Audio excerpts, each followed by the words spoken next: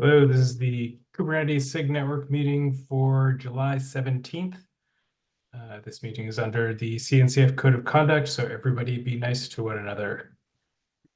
Does anybody have triage loaded up? No.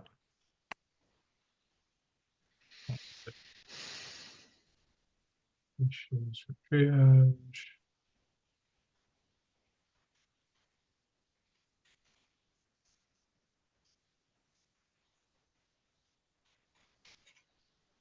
Sure.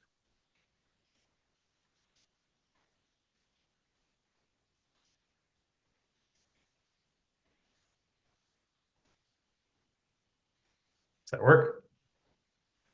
Yep. Yep. Okay, let's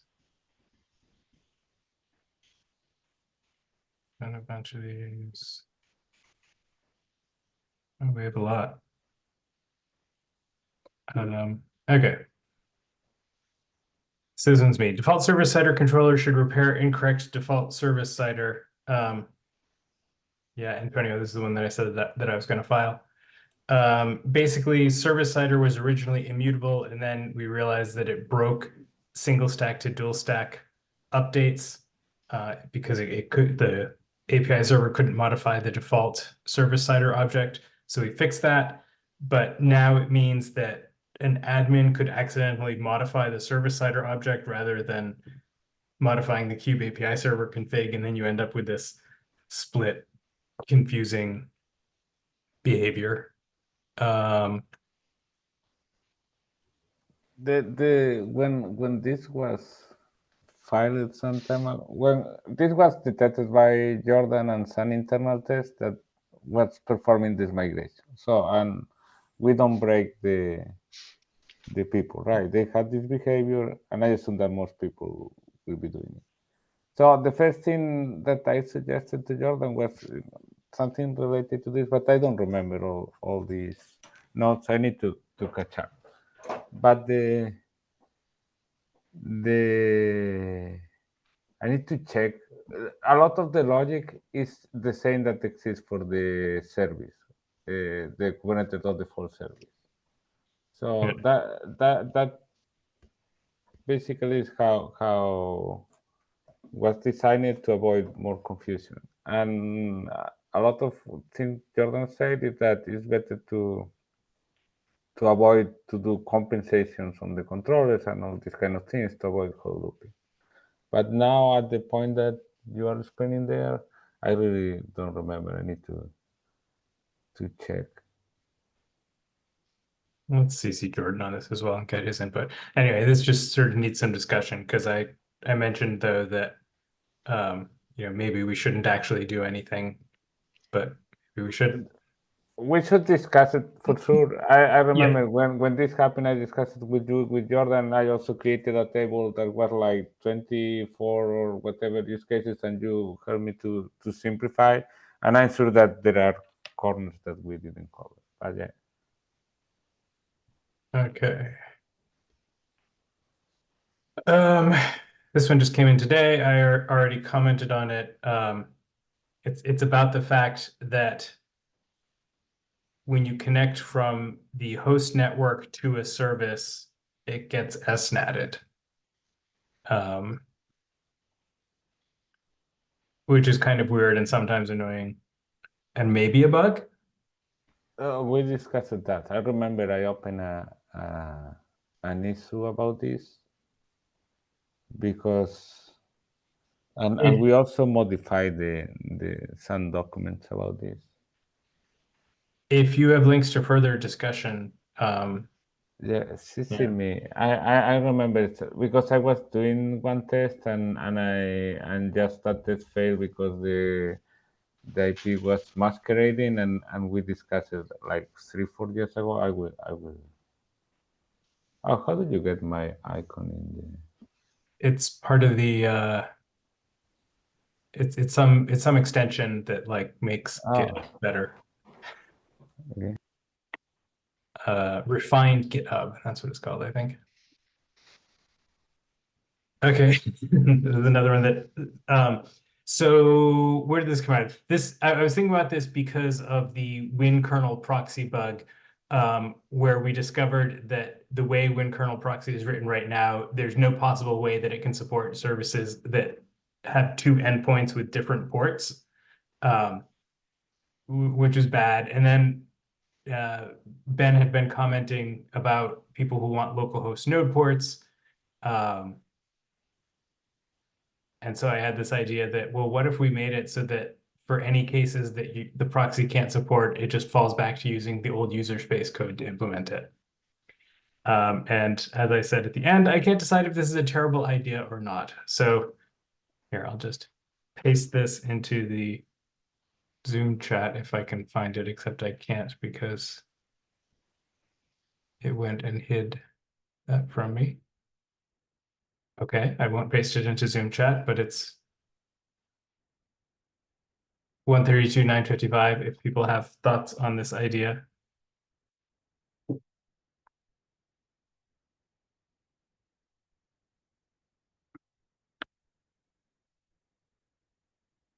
Proxy doesn't restart on config change. We have someone here. This is when you change kubeadmin another deploy kubeproxy with the config in the config map. And Jason, like 3-4 years ago, opened this issue too. But the problem is that if you now change the behavior and the kubeproxy restarts with the new config, you are going to impact.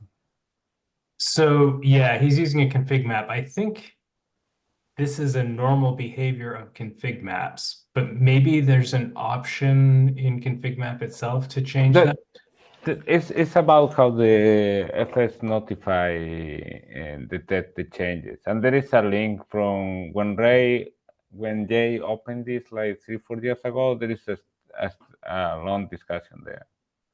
I link it in one of the comments, you know.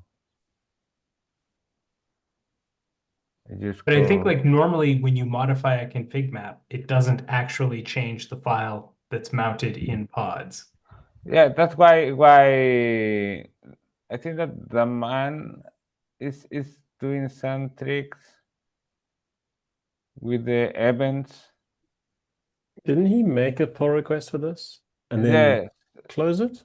I think. but what I suggested him, look, this is an important change in behavior, and this was discussed in the other thread, right? So technically, it may be possible, but the change is not. We need to think a lot about the change, and also if what happens if it's not a config map and it's another thing, right? Well, in that case, there's already the code there that tries to restart, right?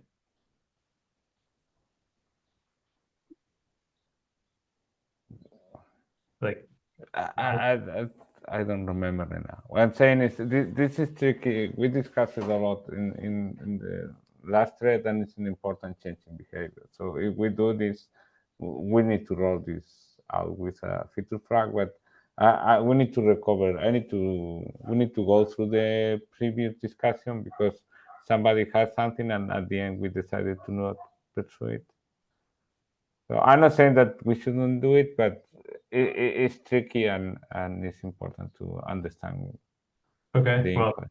conversation is ongoing on this bug, so people will figure it out, I guess. So we are at the 15-minute mark and we have a long agenda. So let's pause triage there and go on to Rob. Cool. Okay. I think you already gave me enough uh, access so I can present. So thank you. Now I just need to remember how. Okay. Hopefully. Yeah. I'll try and be really quick because this is something like that I've already presented mostly before at a SIG Network meeting. I think it was very early in June. We did kind of what I call the pre-review, but it was basically, hey, this is the shape of the API. We think we want to call GA in a bit. we've had more implementations since then, and we're on track to hopefully get this to GA in August. And so I just wanted to cover a few, run through this one more time. I'll be really quick because I see there are a lot of other things on the agenda, and I do want to leave time for them. So yeah, let me just go over the very high level basics. One, we've coined this term inference gateway. That basically means a Kubernetes gateway implementation that happens to support this inference extension. And then there's this inference scheduler, which is this extensible component that we hope will be broadly replaced. And this is where all the innovation will occur. Right now, I think there's 2 implementations of what we call an endpoint picker. And hopefully there will be more over time. So yeah, here's high-level API structure. As you can tell here, inference pool is another kind of backend at this, operating at the same level as a service. The general way this works is you send a request to a gateway as per usual, but so what's unique here is that request gets sent out to an endpoint picker. And that picker has some context.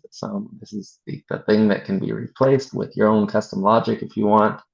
But this has, in the 2 implementations I'm aware of, this has significant awareness of what is happening inside your inference pool, what pods have which models loaded, etc. It can make the best possible routing decision for you. This model is unlikely to be useful for traditional workloads where requests, you're measuring in, hundreds of QPS, whereas in this case, we are generally expecting requests to be multiple seconds. And so the minimal additional latency that a component like endpoint picker adds is generally worthwhile if it can result in more, efficient routing. And a couple personas that we're considering here. The one I'll focus on is the inference pool owner. We call them the inference platform admin. Let me just briefly talk about, there's APIs basically associated with, inference pool, and then there's a separate set of APIs associated with configuring endpoint picker. These are far more experimental and not ready to GA. This concept is pretty solid at this point, and this is the part that we're trying to GA. So basically, only the partner one. Yeah, only the basically group of endpoints one. But so inference pool basically does 2 things. It defines a group of endpoints and it points to an endpoint picker. That's it. So it's basically instructions for the gateway. That's what we're trying to GA right now. The configuration for endpoint picker itself is in flux, likely changing over time. But this model itself is very stable at this point. Does that distinction make any sense? So the inference pool is an API, right? Yeah. And then point pickers is a configuration. So the inference pool is basically, it points to a service that happens to run endpoint picker. And so we know, basically it's enough information for a gateway to say, okay, I know to call out to here and I know how to call out to here. That part is good. What is still being modified are the things like, how do we define objectives? Like, this is API that only endpoint picker cares about, or endpoint pickers plural, I should say. But how we, configure objectives, adapters, system prompts, etc. That is just, hyper localized to this thing. And that's what's still, earlier in development. Cool. So yeah, I guess, this is basically what I was just saying. Really focused on inference pool. It's stable. We really want to give gateway implementations a stable target to develop against, while allowing for innovation to continue to occur in endpoint picker. The whole idea of this model is we want to give people a very, very stable target they can build against when they're innovating, with their own custom endpoint pickers, or, there's an LLMD project that is based on top of this. There's AI bricks. There's a few projects that are building in this space on top of this. And so, yeah, anyway, so there's a lot of innovation happening here, but we know that it can fit on top of this, high level idea of inference pool calls out to endpoint picker, and then how endpoint picker chooses to route requests can still evolve depending on different approaches. So as far as graduation criteria, today we have 2 conformant implementations, expecting at least 2 more to land next week, and another 2 are probably in the next, I can't predict, but I know at least 2 have committed to landing next week. So we should be at 4 sometime next week. So I think we hit that. We have actually 6 implementations now, getting useful feedback. We will have 6 months of soak time. So, basically this is saying, I think we're on track all across the board. And we're really just looking for this last box of getting approval from CAP or API reviewers here. Yeah, so I won't go too far down into the weeds because I think this is pretty, I've already covered this, so I don't want to repeat myself too much here for anyone who was at the last review session. But yeah, inference pool, this is an example of what it looks like. It's a target port, a selector, and a pointer to the endpoint picker. That's all there is to it. If you fully specify everything in here, there's there's a couple more things. You can specify kind, it's optional, and you can specify fail close or fail open. Yeah, I think that's all. We're avoiding service. This was a big discussion last time, so I don't want to rehash it here, but basically to avoid adding new fields and capabilities to the already very overloaded service API. And there's a lot of things in service that are very much not desirable here, such as cluster IP routing that would not be able to make this call out. Yeah, anyway, so here's the Venn diagram basically of overlap.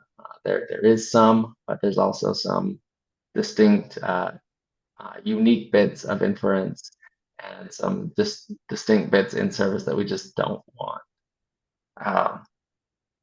And then there's another, one of the big discussions was about, well, maybe we could just like attach a policy or an extension to service. But again, for many of the same reasons, it just would be overly confusing and not a good user experience. If you want to read more, there's a link to discussion where this is discussed in more depth.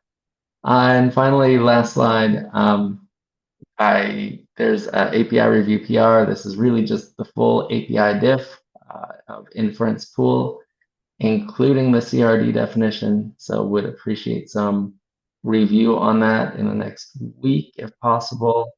Our goal is to cut our first release candidate within 2 weeks. And yeah, and I should mention we're already at 0.5 of this project, and we anticipate that this release will take us to 1.0. Yeah, that's all. Any questions? I know I ran through that pretty quickly. You need the API review, right? Yeah. So what I've done so far is I've just CC'd the TLs of SIG Network, so Antonio, Dan, and Tim. But if there's anyone else who wants to be involved, you definitely appreciate your feedback. Here is open. Anyway. The implementations are already there, right? Yeah, so we have 6, I believe, right now. Oh, 6? Fewer. Okay, that's awesome. Yeah, yeah, That's awesome. Okay, great. cool. All right, thanks.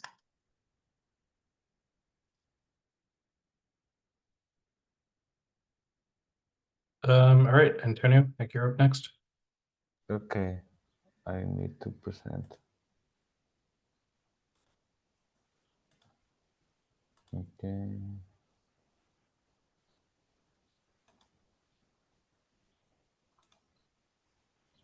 Now you see this, right? Okay. So during this, I'm sure that almost most of us were involved with all this AI in some way or the other. And I want to focus on the requirements for the multi-node AI ML network. Because look, when I started, it was super confusing. I still see a lot of confusion. So I want to share some of the lessons I learned during this last year working on this. So this is something that we all understand, right? Traditional workloads, you run a pod, you have services, you have ingresses, you have network policies. Okay, we understand how this works. The Kubernetes network model is very simple, one IP per pod. Now people is working on the multi-dimensional multi-network and think that projects are growing in that area, but I think that this is well known. We all understand this. But here comes problem. So then people come and we have all these AI/ML workloads, and basically we can differentiate between two type of workloads: the ones that are for training, that this is kind of batch jobs that they massage amount of data and get some model, and what Rob presented just right now, then this model need to be served like a typical web application, but it has more demanding resources, like the use of GPUs, and the patterns for requesting are different. So it's just not as the web application. They use buffering and they use all these complexities that the inference pool is trying to solve. And just to understand why are these workload difference, we can focus on in a simple CPU is not enough to make all the calculations that they need, right? So then people use GPUs, TPUs, but let's focus on GPUs that are the most common. And what the GPU does is just parallelize the computation. So instead of having 1, 2, 3 processors and whatever, they have a lot of them, right? And then they use this parallelism to perform this operation required for this type of workload. And when you need to parallelize, then you enter in the problem of parallel computing, and then you need to communicate, right? So we saw in the GPU they parallelize at the processing level, but then you need to parallelize at the compute level. So for doing this is when things start to be different. We all understand TCP/IP, we understand HTTP request and response, but then these operations work different. They use these collective operations, these primitives, to send data between the processor, right? So this is one of the important things. Is the networking that they use is different in this regard. And for doing this, they use these collective primitives that the most common are the nickel one from NVIDIA or the MPI. The thing is that when using GPUs, the nickel one is the more specialized and is tuned to perform better for this kind of workloads. So if we get now we know the basic now. We get deeper into the hardware. Then it's when Kubernetes, when we start to face this problem, right? Because Kubernetes understand about IPs and communicating pods, but these workloads communicate different, right? So they need to use the higher speed. It's parallel computation. Since something is waiting for the other, is impacting the performance. And the first layer is the internal communication. So you can see this is, I don't know where I get this, but it's kind of the diagram of a VM or a machine. I think that Kevin is here, so he can correct me if I say something wrong. And these GPUs has different paths to communicate with other GPUs. So what these libraries does is they find the fastest path. So you can see that, I don't know if I can, I cannot. I don't know if you see my cursor. So, for example, the GPU 0 can communicate with the other GPUs through these green links that is using NVLink. That's a protocol that is much faster. But if they need to communicate across another cluster, they need to use one of the NICs that are below. And then you see that the GPU is attached to the PCI route. Then if the communication need to cross several PCI routes, then you have a performance hit. So it's very important for optimal performance that the GPU use the NIC that is in the same PCI route, so you don't get the penalty of crossing multiple PCI routes. And this is within the node. If you don't follow this alignment, these are the results that I obtained. I shared the paper that I did in the mailing list. So with one, you have the blue line gives you the performance when everything is aligned. So you see that you don't have variance; it's almost constant. But if you have unaligned, your performance get a lot of variance and a lot of problems. You see that is very bad. It's almost 50% less. And this is within the node. But then outside of the node, it also has impact. So because the nodes need to communicate and need to avoid collision. So what is the typical implementation in the data center is to use this rail-oriented architecture. So every NIC in the server attached to a different leaf switch. If you are familiar with closed architectures for everything or similar architecture in data center, usually you have the GPUs in the same NIC. Well, then this is important because this is going to apply a constraint when you need to deploy your workflows. We'll see that later. This is how traditional Kubernetes networking looks like. It's very simple. You have a pod network, you have services, and you share CPU. And then this is how Kubernetes networking looks like in a cluster that has all these VMs with GPU and NICs and the NICs for the GPU, right? And this is where is the challenge, right? You need to orchestrate the workloads to create something that looks like a supercomputer, right? And then these things in the supercomputer needs to be aligned. So this highlights the importance of scheduling. So today, when we schedule something,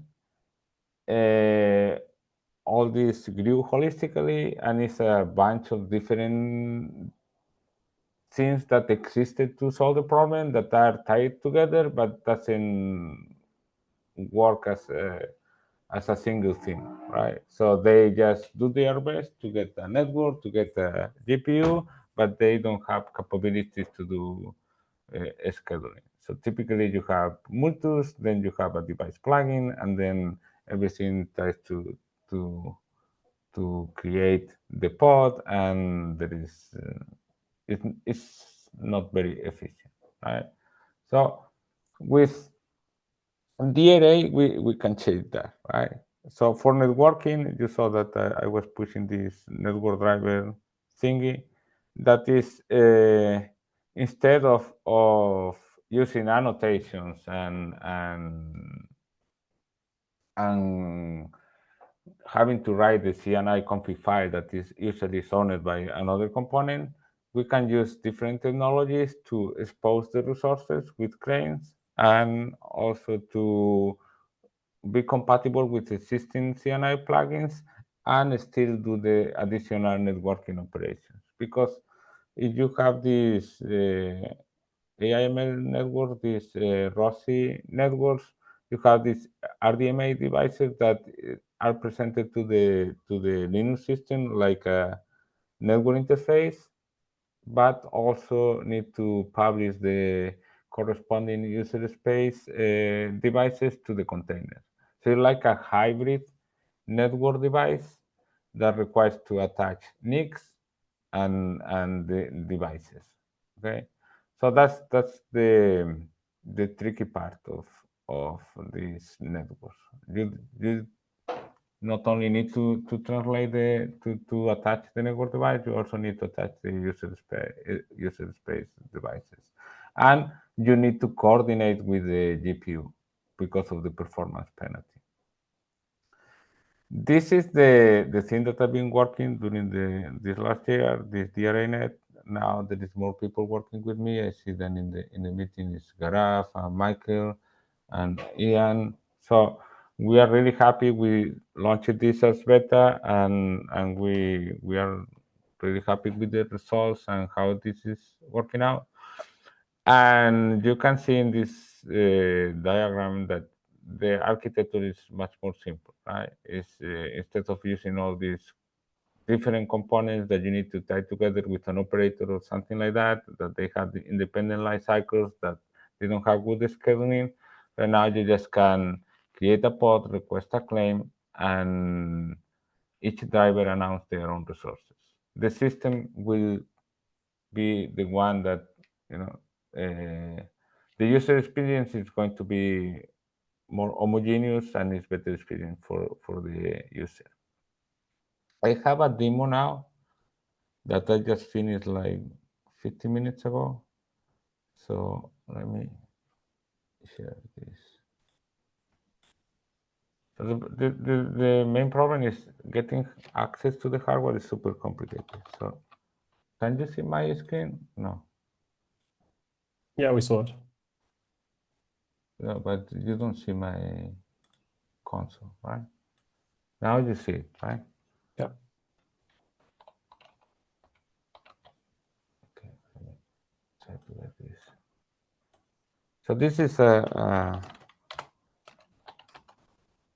cluster with two of these BC machines that are these A4 machines. That they have 8 GPUs and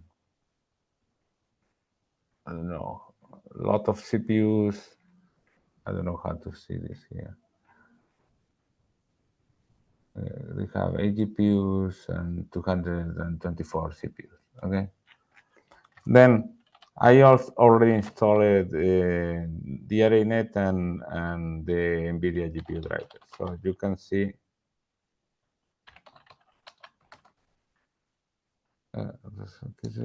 okay.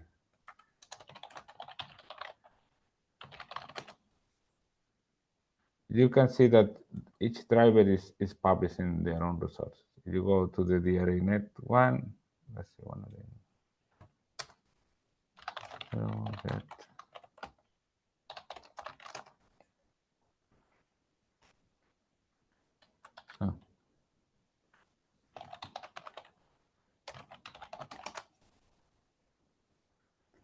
You see that it's detecting the NICs, GPU, the PCI route, and another parameter, right? MAC, IP address, name, whatever.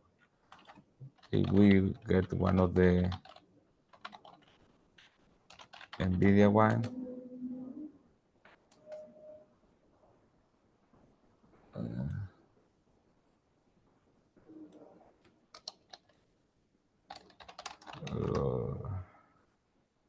you see that it's publishing some attributes from the GPU and also this special resource. Okay, so this is important because what we want to achieve is the GPU NIC alignment for the performance problems that I said before. Okay, so let me put the demo. So what we are going to do is what I said before. Is before we have create a pod and we let the system try to get their best. Now we can indicate the system what we really want. So we have a more declarative way to say, okay, I want this pod to have 2 GPUs. The GPUs has to have an index lower than 2. I will dig into this later, but it's not important for now. And we want 2 NICs. And we want also these 2 devices to have the same PCI root, okay? This is how the user can express their intent, okay? And now we need to express the workload, okay? I'm going to create a headless service. And then this is the key, okay? This is this is the workload. Okay, this container is going to claim a GPU.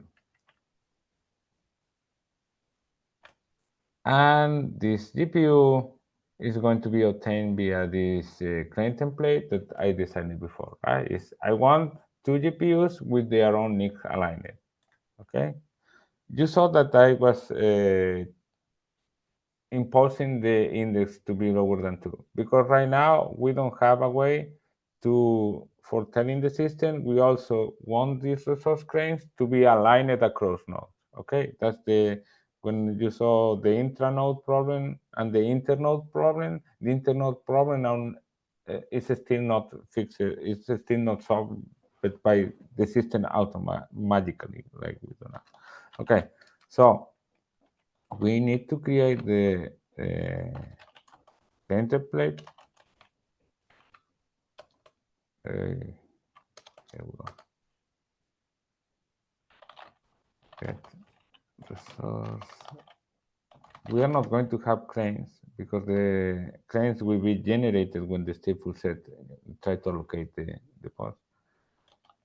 Template. And now I'm going to create the stateful set, okay? And now we should have claims. Okay, you see, the system created claims for each of the pods created for the stateful sets. The pods are running, okay? Let's see the claims to see the work of the scheduler, right? So what the scheduler did is he took GPU 1 RDMA 0, GPU 0 RDMA 0 for the networking NICs. And you see that, okay, we can get this in the resource. It took the NICs associated to the GPUs based on the PCI root device. So the system applied the constraint to say, okay, give me the most performance setup for my workload. Now, what typically when you do for running this performance test, you don't have IPERF.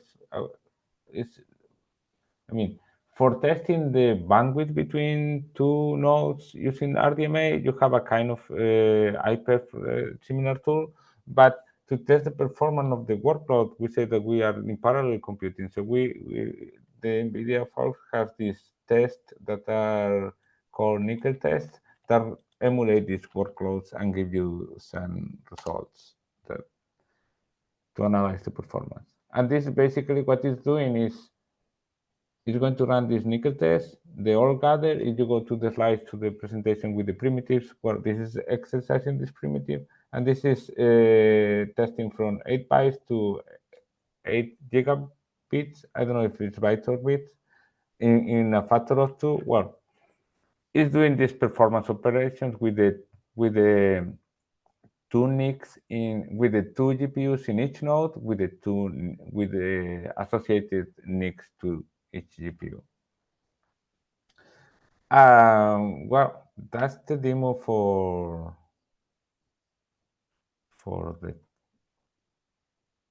showing how to use DRA for networking and AIML.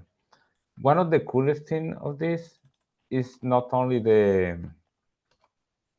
that you can do this scheduling and improve and get better user experience is this thing. You can reuse hardware because you don't need to reprovision the nodes, right? It's with this capability you can start to compartmentalize the hardware, so you can start to create small units of work in these machines. That I think that when they start, it takes a lot of time, but I'm taking more than 5 minutes for sure. So with this now, I can deploy, I don't know, this has 8 GPUs. I can start creating slices of hardware, because the time to schedule the pods is pretty fast. It run the pods, it run the test, it delete the pods, it run the test again. And I think that this is one of the advantages of this great work that the device management working group is doing with DRI. We can start to, to create a flexible hardware, and networking is now part of this flexibility. And well, that's it. That's all. I don't have anything else. Any questions? Yeah, I have a question. With like if I had a GPU workloads or AIML workloads in what you just showed, right? They always assume a networking. Wouldn't be easier for just the GPU driver to list all the networks it has to match with its GPU? And I assume that will require probably the GPU knowing its own devices, and that will be maybe all one driver specific, or in this case, a vendor specific. Your approach is I can work with any, or is that not the case? Can your approach work with any network device then? Or it has to be like a specific network device that is attached to the specific GPU? I think that, there is Kevin from NVIDIA and more people that I can share my experience. So when we started with the DRA net and all the stuff, I got the request is, can you make the driver generalistic? Also, Lionel is doing the DRA one. And when I started to do that, I started to realize, generalistic is impossible. You are going to create the same problems that we have today. The other thing is, if you are doing GPUs, you already do the networking and attach. I really don't know. If Kevin is here, he will be the better for answer that question. I think that is also the design model of loosely coupling, right? I only could test with the NICs in GC. And there is now Vanessa from Livermore Lab sharing another NICs. That's the other thing. I think that this ecosystem has a lot of variety of hardware. So I don't know if trying to put everything together into one driver can scale. But so I think it's where I'm getting with this is your approach is very good because composable, right? I can mix and match things. But if I have a GPU driver and I have an owner of that person would know the best, which in the networking is the best for me. Why would I go with something else? You see how you just had to, like, the first intro of your presentation was to why we need this, and this came from the architecture of the multi-node computing. And on the other, and then in the future maybe the match expression is gonna change, right? Why a user and user creates that and defines that, right? Why this cannot be a part of the driver saying, I would just say, I want GPU. It should know it needs a drive, it needs a networking, so it will just do it. and add two resources to me. I'm not sure whether that's possible. Maybe that's not possible in the array. That's maybe different stuff then. But So- sorry, I interrupted someone. No, it's fine. Yeah. So I was just going to say that we have talked about creating what you call kind of meta drivers or composite drivers that can allow you to take devices from one driver and devices of another and group them in a way as a sysadmin. So you can group them into a block so that that thing can be allocated. So I think what you're describing, what a sysadmin could do is say, okay, it knows that these network cards are available, these GPUs are available, and they would create something that would combine them together that you could then go off and allocate. But it wouldn't be a single driver. I think we still want to keep it where every vendor can create their driver separately, so you don't end up having, a one-off implementation of how NVIDIA GPUs match to Mellanox NICs or whatever NICs they have at Google or whatever other NICs exist out there. So that last part I do see, and that's fair, right? But if I have if I have GPU aligned with the NICs, I think I'm not sure whether that was the case, Antonio, in your case.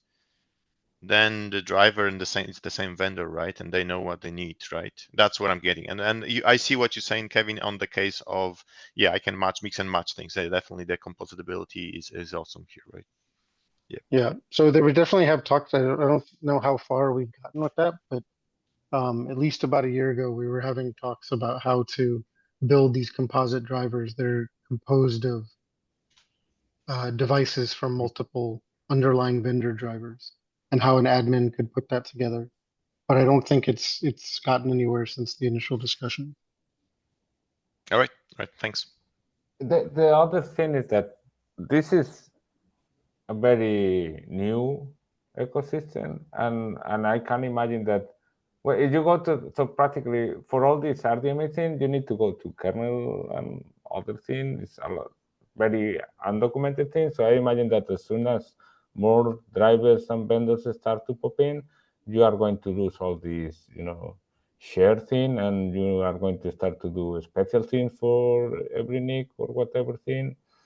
So I don't know much, honestly. It's pretty wild these days. Yeah. All right. So one of the discussions that folks have been having is regarding obviously you can build automation on top of this composable structures, but unless you actually need that automation and if it's solving something, we can wait for it. We can wait for some user feedback.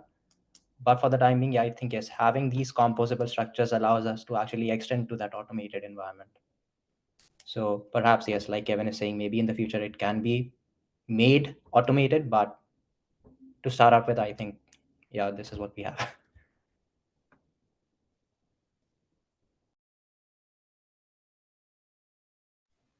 The good thing is that you look at the drivers, they are pretty simple. So I think that it's super easy to iterate here. And I say, we are starting this path, and what I'm encouraging everybody is to start doing drivers. I mean, I started doing drivers. I thought that was good. Garab came in, Michael came in, they found bugs and a lot of corner cases. We were talking with Kevin today, we still found corner cases. So we are at the moment now that we need people to start doing, right? And start to sharing feedback. And then it's when we are going to find these commonalities and going to say, oh, this was a good idea, or this was a bad idea, or we didn't thought about this. So that's what I'm saying is we need feedback, and we need realistic feedback, and then we need users to get to report this feedback to us, right? Okay. Well, if there are no more questions.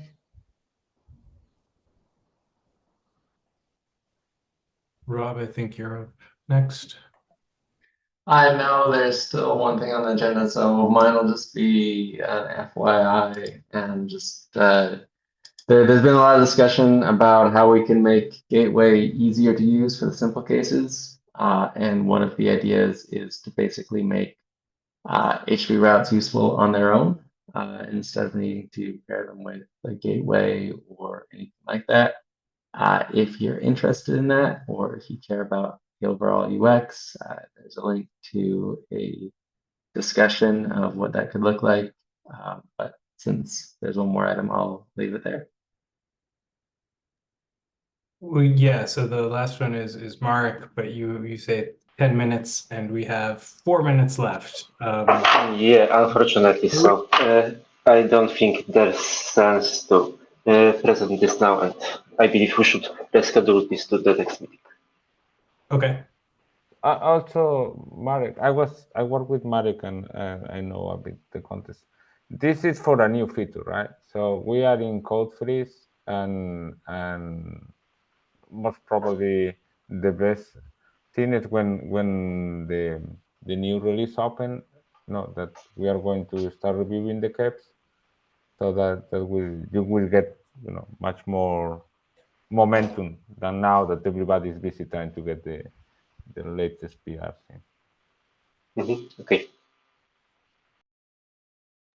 Sorry, we got all the way to the very end of the meeting before realizing there wasn't enough time. Yeah, no worries. Did anybody have anything else or want to add anything to any previous topic?